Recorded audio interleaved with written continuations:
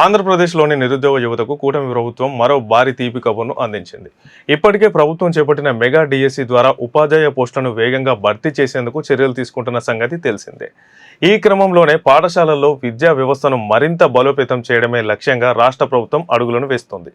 తాజాగా రాష్ట్రంలో డిఎస్సి ద్వారా మరో 3,000 ఉపాధ్యాయ పోస్టులను భర్తీ చేయనున్నట్లు విద్యాశాఖ మంత్రి నారా లోకేష్ సంచలన ప్రకటన చేశారు.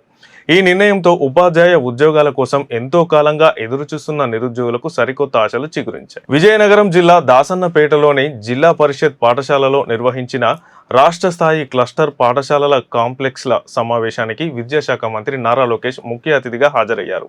ఈ కార్యక్రమంలో ఆయన మాట్లాడుతూ విద్యా వ్యవస్థలో విప్లవాత్మక మార్పులు తెచ్చేందుకు ప్రభుత్వం కట్టుబడి ఉందని అన్నారు. క్షేత్రస్థాయిలో ఉపాధ్యాయులు ఎదుర్కొంటున్న సవాళ్లను స్వయంగా తెలుసుకోవడమే కాకుండా వారి బోధన పద్ధతులను అర్థం చేసుకునేందుకు ఈ సమావేశాలు ఎంతగానో ఉపయోగపడతాయని వెల్లడించారు.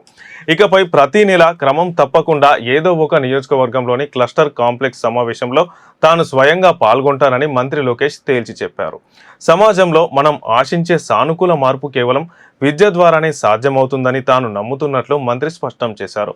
అందుకే విద్యార్థులకు నాణ్యమైన అత్యుత్తమ బోధన అందించడానికి ఉపాధ్యాయులు అనుసరిస్తున్న ఆధునిక పద్ధతులను ఈ వేదికపై అడిగి తెలుసుకున్నారు.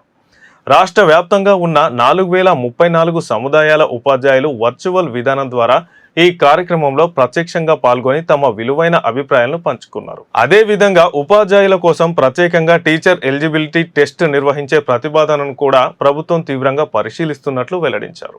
ఈ విషయంలో ఉపాధ్యాయులు ఎలాంటి ఆందోళనకు గురికావాల్సిన అవసరం లేదని, విద్యా బోధనపైనే వారు పూర్తి శ్రద్ధను పెట్టాలని సూచించారు.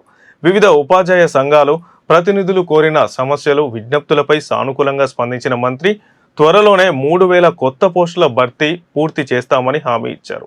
ఈ కొత్త డిఎస్సి నోటిఫికేషన్కు సంబంధించిన పూర్తి అర్హతలు, పోస్టుల కేటాయింపు, పరీక్ష విధానం, దరఖాస్తు తేదీలపై విద్యాశాఖ అధికారులు త్వరలోనే అధికారిక ప్రకటన విడుదల చేయనున్నారు. ఒకవైపు మెగా డిఎస్సి నిర్వహణపై రాజకీయంగా విమర్శలు వస్తున్నప్పటికీ వాటన్నింటినీ దాటుకొని నిరుద్యోగుల ప్రయోజనాలే ధ్యేయంగా ప్రభుత్వం ముందుకు సాగుతుందని మంత్రి నారా లోకేష్ స్పష్టం చేశారు. వరుస డిఎస్సి ప్రకటనలతో రాష్ట్రంలో ఖాళీగా ఉన్న ఉపాధ్యాయుల పోస్టులు భర్తీ అయి ప్రభుత్వ పాఠశాల రూపురేఖలు మారనున్నాయని విద్యావేత్తలు భావిస్తున్నారు.